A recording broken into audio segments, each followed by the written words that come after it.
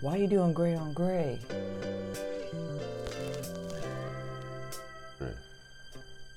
I got a brown hat. Ooh, you're so fashion. Make sure you don't. Oh, what the fuck? Look at this. Fucking point it down. People be hearing it. That bitch tack that bitch to the ceiling and have it dangling in front of me. Go right ahead. There we go.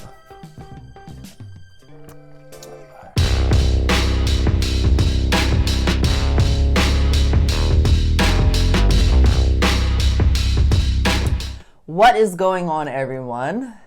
I guess we'll call this GT coffee time because it's the morning. We're drinking our coffee. Yep. And we're about to drop some knowledge. Let's roll. Anyway, so today we want to talk about contest prep. Now, it is now mid-November, so right now contest prep season is coming to a close, and people are rolling into post-show, and then also thinking about competing for the next year to come. So what we want to do is we want to talk about if you're somebody who is considering contest prep, whether it be your first contest prep, whether it be you've done shows before, but maybe it wasn't necessarily the right way, or maybe you didn't really show up looking the way you want it to look, or you weren't lean enough. Or even if you're a seasoned athlete and, you know, we could provide you some value by dropping some facts that you're like, oh, I never thought about that. So today we want to go in on contest prep, pre-contest prep, and how to set yourself up to have the most optimal contest prep possible, because shows are won in the off season, correct? That's it. Not letting yourself get too fat. Yep. And also calories. So, which leads us to number one. When somebody reaches out to us about starting a contest prep and we've never worked with them before, first thing we ask, where's your calories at? Yeah. How high has your calories been? Because having your calories high or getting them high in the off season is so essential, because you have to understand you need calories to pull from without having to go like extremely low in the infancy phases of a contest prep. Yeah. So, do you have any input on that?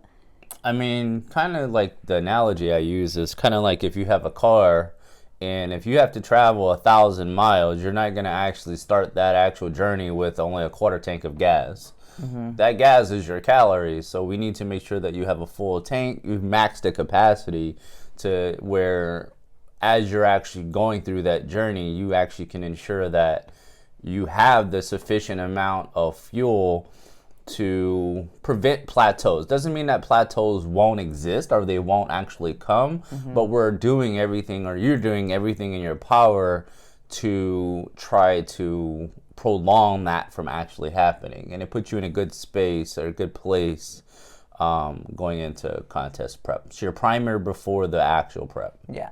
The biggest thing about contest prep and what people, I think, don't understand is you have to do your homework.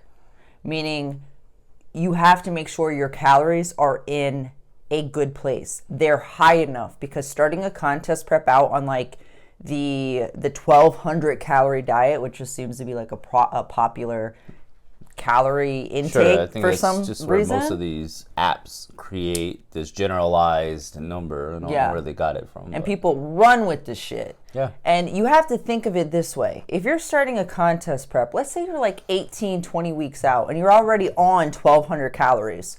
Yeah. Where the hell are your calories going to end up the closer you get to stage? Because it's evident calories are going to have to go down because of metabolic adaptations. Yep. They will occur. It doesn't matter who you are, they will occur.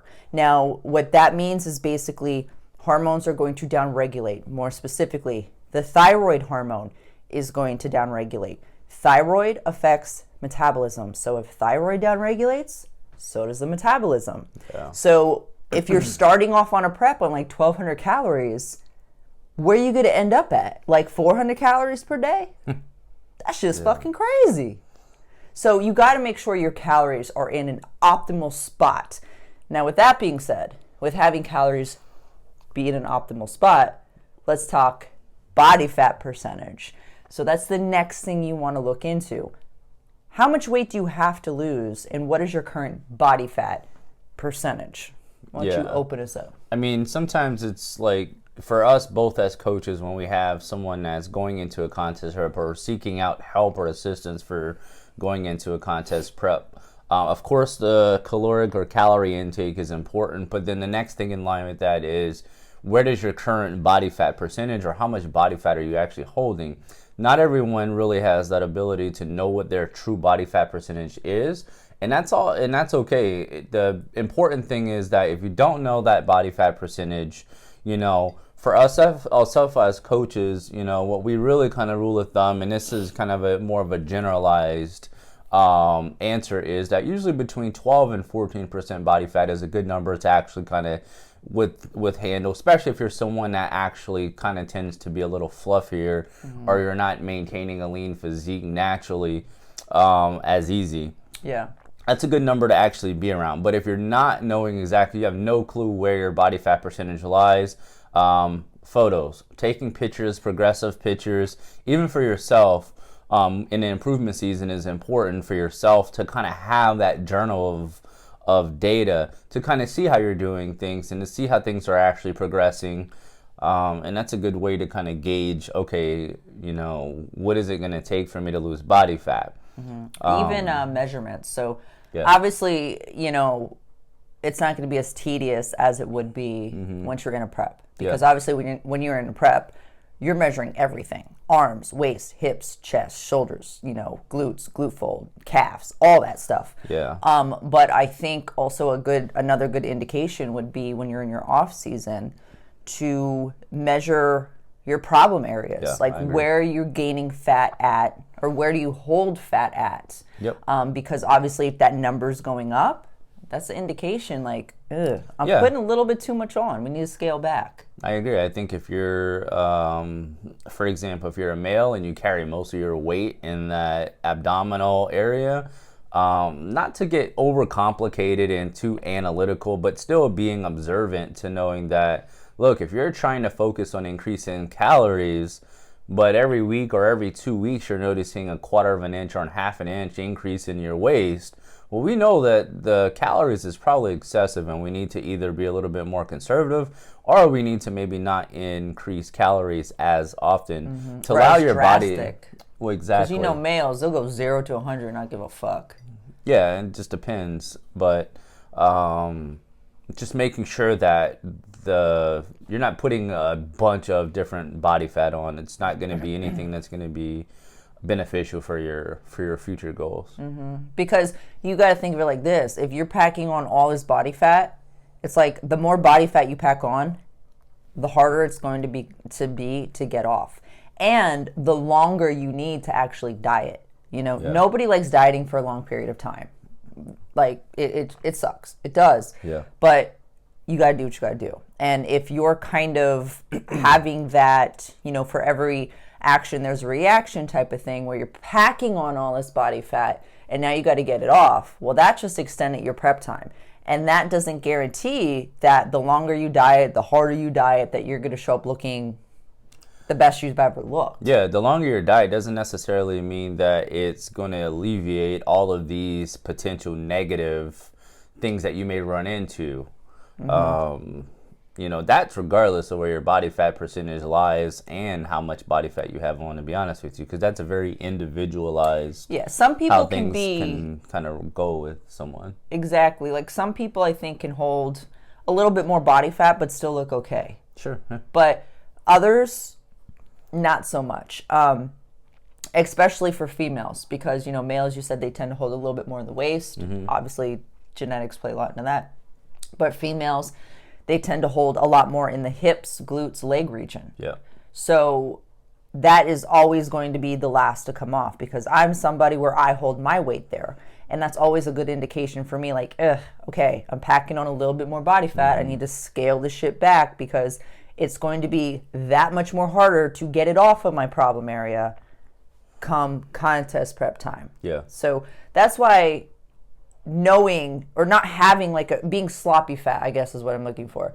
Not being sloppy fat in the off season and trying to maintain a decent body composition is the goal. It's essential. Yeah. I mean, I would say a safe number to try. Well, everybody varies, but I would just say in regards to body composition wise, like being anywhere between like 20 pounds above stage weight, 20 to 25, depending on the individual, above stage weight is kind of like a safe number. 25 is, me personally, I think it's a lot. Depends though on the person, but go ahead. Yeah, from a timeline standpoint, if you have 25 pounds to lose, it's really difficult to predict that anything less than 30 weeks is going to be ideal for you.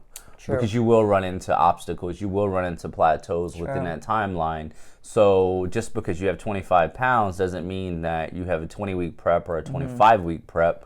Because there may be weeks that things are moving very painfully slow, where you're losing less than a quarter of a pound a week just because things are kind of slow. So we may have to pull you out of a calorie deficit in order to improve some of those things that you explained about, like the thyroid hormones, things like that. And that all is into your prep that takes more time. This is true. Like what I always like to do, like for myself and even competitors that I work with, is I like to we'll kind of look at the timeline. How much weight do you need to lose? And then I'll actually tack on extra weeks onto that. Yeah. So we have the time for diet breaks, for implementing proper refeed days, things like that to just kind of keep things moving. Yeah. I think this is very important for females, especially because obviously we have, we will metabolically adapt a hell of a lot faster than what a male would. I think because women tend to be a little bit more thyroid dominant in terms of metabolic rate. Two is also, I feel like women do have essentially, it's more, and at least this could be my bias, but at least from what I've actually seen is that it's more emotionally taxing for a female. Yeah. So psychologically, it's important to not keep them in a chronic deficit and make sure that bringing calories up and taking them outside of a deficit sometimes can do quite a few things. For one, it can improve your psychological state, your emotional state. Improving that actually drops stress, brings cortisol level down, and that in itself can actually help you potentially get out of a plateau and continue pushing fat loss that way as well. So there's different variables and different, avenues in terms that play that role. I would love to go on with this topic because it's one of my favorite topics to talk about. Yeah. Like metabolic adaptations. I fucking love talking about it. But we should move on. Okay. We'll save that for another time. Got it. Anyway, so next one. So we covered body fat. We covered having higher calories, moving into a prep. Let's talk about training and cardio now. Because one of my biggest pet peeves is you have somebody who, whether they're seasoned or not, looking to start a contest prep, and they're already doing a shitload of cardio as is. Like they're doing, let's say 60 minutes of cardio every day, 7 days a week, just because they think, well, they're scared, because I'm eating more food, I need to do cardio because that seems to be the logical thing to do. Yeah. It's not. Or they just enjoy cardio. If you're somebody that just enjoys cardio, I'm mad at you, okay? We all enjoy our little things, and you don't want to take that away from somebody who enjoys that. But you got to understand in the off season, that's not the time to kill the cardio, because cardio, especially in contest prep, is a tool, and it needs to be used as a tool. It needs to be implemented when it's time to be implemented. I know for me as a coach, when I'm dieting somebody down for a show, my goal is to try to keep them fed as much as I possibly could while still making progress. And instead of taking away food, I would rather then add in cardio to get things moving for a little bit more energy expenditure, or even increase their NEAT, step count, rather than taking away food, because it's inevitable that food is going to come down. But if I can prevent this and I can get progress moving without taking away food, That's what I'm all about. That's what I'm going to do. Yeah. So you can't kill the cardio in the off season. Sure. If you're doing, let's say, like 100 minutes of cardio a day, or no, let's stick with the 60 minutes. I'm kind of getting a little bit excessive here. The 60 minutes, the 60 minutes of cardio a day. That means when you roll into a contest prep, since you're already doing 60 minutes, which is 700 minutes of cardio a week, that means in order for us to get you to respond, because your body's already adapted to cardio, the cardio that you're doing, now we're going to have to up that even more. And it's like, where are you going to end your prep at? Like doing like 1,000 minutes, 2,000 minutes of cardio a week? That's too much. I mean, and that's not even guaranteed that the more is better in terms of, again, kind of going back to that metabolic adaptation phenomenon where, you know, more is not going to better. The body is going to do what it wants to do on its own time, too. Yeah. And the more you throw at it doesn't necessarily mean that you can outsmart it. Mm-hmm. You're not going to outsmart your body's human physiology. So it's gonna just frustrate you. It's gonna discourage you. So being cortisol very will go smart, up, which isn't gonna help at all. Exactly. So you'll actually increase cortisol, which is a whole nother thing that you're gonna run into with issues there.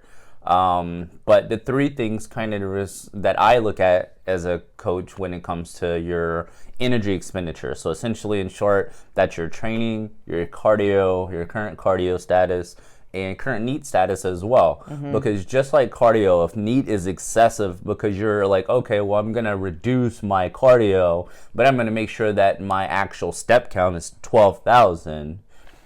The same occurrence I really want to look at is making sure that whenever someone is, whether NEAT is, I may actually taper that as well as cardio just to ensure that I can have a better recovery rate. We're kind of, again, that's part of the primer before going into prep. If I can get you to actually lose weight on a couple things, if I can actually keep progress moving with minimal training volume, minimal cardio, and minimal NEAT, while also keeping caloric intake in a very great place, that's the actual goal for us as a coach, to really kind of see those things. And then as things kind of move, we ensure that, one, your rate of weight loss is in a proper place. The timeline is actually correlating to the timeline for a goal.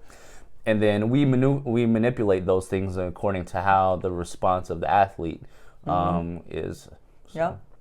Because, I mean, for females specifically, what I found is if you keep them fed, keep cortisol down, their progress is just trucking along.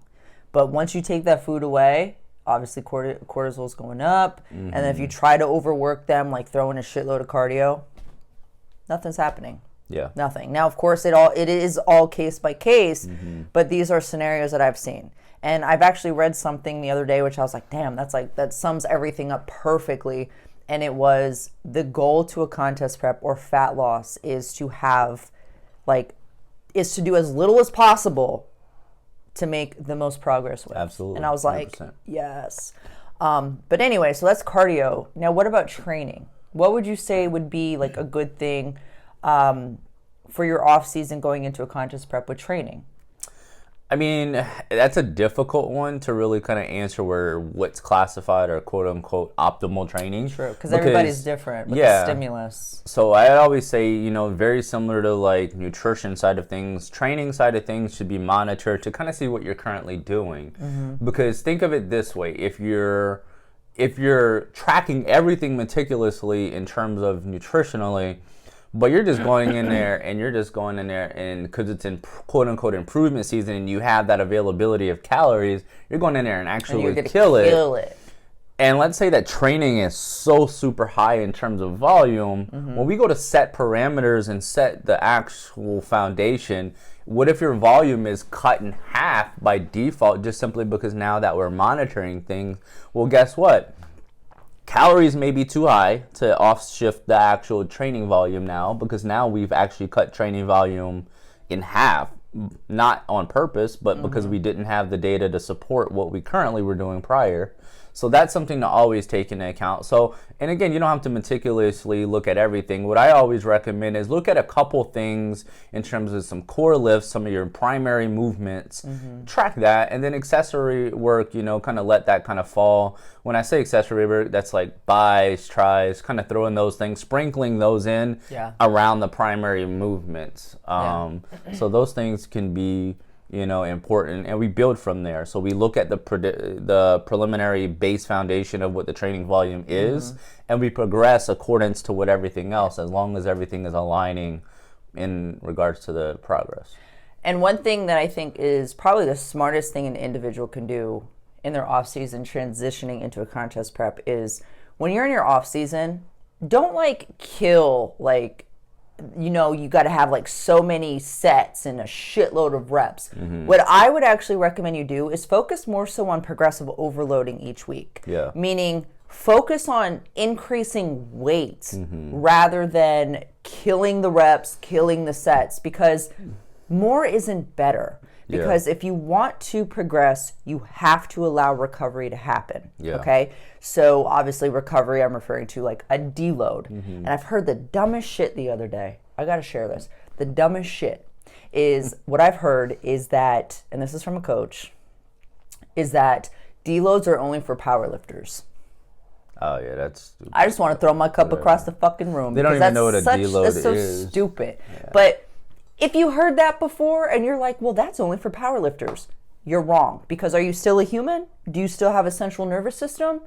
Yes. Well, it just goes to show you the ignorance behind they have absolutely no idea what the term deload even means. Yeah. So, but you need to make sure you're allowing recovery to allow progress to go on. And you don't have to necessarily be up in the gym 5 to 6 to 7 times a week lifting. I mean, in my off season, I'm in the gym 4 days a week, 5 days a week. That's it. Yeah. I don't do anything excessive, but it's not about me. That's Project Me. Check me out.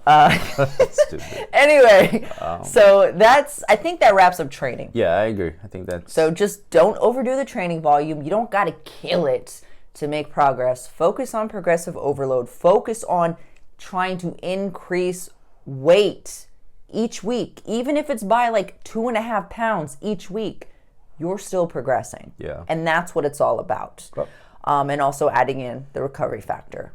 Now, last thing that I want to touch upon, and we'll kind of wrap this shit up, is how is your relationship with food going into a contest prep? Now, I feel like this is opening up a big can of worms, but I just want to lightly touch on this because you have individuals out there where they don't have the best relationship with food. Maybe they have binge eating issues or things like that. Contest prep isn't for you if you do not have that shit figured out. Contest prep will not fix those problems.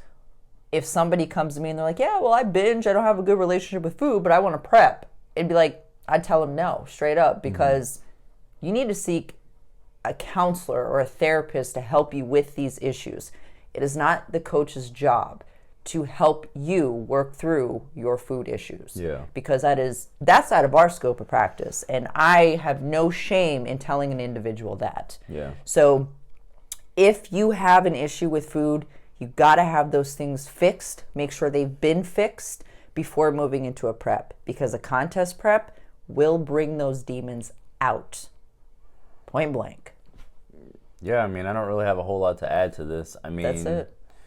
With that, I think if you're, when we say bad relationship with food, if you're on 12 to 1,500 calories and we're telling you to increase calories because we need to get those numbers up higher and you're scared to increase those calories, that's a fear of food really toggling with, the relationship with your food and thinking of it as more of a consequential thing rather than a understanding the true meaning of what food is. So exactly.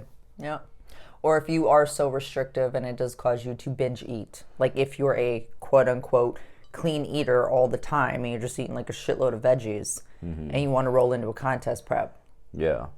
Or someone eats these huge, extremely large cheat meals, which, you know, for those that are out there, I don't have a problem with doing cheat meals at all. Call it what you want. It's just a term. I like to call them untracked meals. You know, you can call it untracked meals. You can call it a cheat meal. You can call it a refeed meal.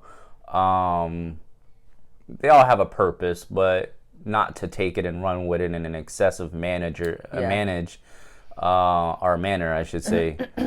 Just to be able to eat quote unquote low calorie 5 to 6 days a week, only to put 5,000 calories back into your body after one day, because that's counterproductive. So that's not going to help. But I just wanted to touch on that because I think that is a very important thing. Yeah. Because at the end of a contest prep, you're not going to have a good relationship with food, just because obviously we believe in the concept of tracking macros, flexible dieting, being flexible. But there comes a point where that flexibility is not flexible anymore. And now you are forced to be a restrictive eater just because of where your macros are going to be. Yeah. And it's inevitable for everybody who goes through a contest prep, towards the end of prep, you will be a form of a restrictive eater just because of where your macros are. Yeah, I mean, I actually like to call it, you know, when you're in contest prep, I wouldn't say you become a restrictive eater. You become a strategic eater. Okay, yes. And that's because you're picking, you're choosing things selectively that is going to improve physiology, improve your functions to get to the goal that you need to get. Well, the only reason why I said restrictive eater is because, like, you have, like, these die-hard flexible dieters out there where they're kind of painting, like, this negative picture when you're in prep, like, oh, no, you could be as flexible as you want to be. Yeah. Well, I mean, you weren't wrong. Like, for that, when you talk about restriction or restricted eater, yes, that is still holds true, because when you're in contest prep, you are eating lower calories. Yeah. That will cause you to restrict certain foods that are more calorie dense. Yeah. So yeah, that's very true. Yeah. But it just bothers me where you have, like, these die-hard flexible dieters with, like, oh, I'm eating candy and I'm eating it. Most of those people aren't really ever achieving that lean conditioning. Not to say they're not getting to the stage. You know, there are some 100% outliers out there that can do that. Yeah. But for the main population in terms of competitors, not everyone can do that. Majority of them cannot do that, and aren't doing that are on elite level. I can't do that shit. So can you do that shit? No. Yeah, we can't do that shit. But all right, that's it. That's it. Cheers.